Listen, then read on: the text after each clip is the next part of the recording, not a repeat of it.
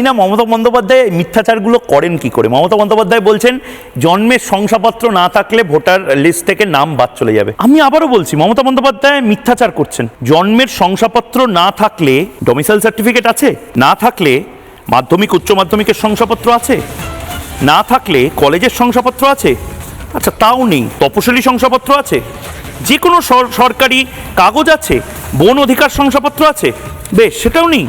Voter, আধার, pan, driving licence, passport আছে, bank, post অফিসের নথি, ভাবুন পোস্ট অফিসের নথি থাকলেও হবে, 100 দিনের কাজের নথি থাকলেও হবে, সরকারের দেওয়া যে কোনো পরিচয়পত্র আছে, সরকারি পেনশন পাওয়ার নথি আছে, জন্মের শংসাপত্র বাদে ভালো করে দেখুন, এটা হচ্ছে জন্মের শংসাপত্র। এই একটা কাগজ মমতা বন্দ্যোপাধ্যায় বলছেন না থাকলে আপনার নাম নাকি ভোটার লিস্ট থেকে বাদ চলে যাবে। আমার হাতে আরো 10টা কাগজ রয়েছে, যে কাগজগুলোর মধ্যে যে কোনো একটা কাগজ যদি আপনি তুলে দিয়ে দেন তাহলে আপনার নাম থাকবে কেন? আপনার বাড়ি থেকে চা জলখাবার না খেয়েই ভোটার যে কর্মী তারা বলবেন ঠিক আছে টাটা বাই বাই, ভোটটা ভালো করে দেবেন।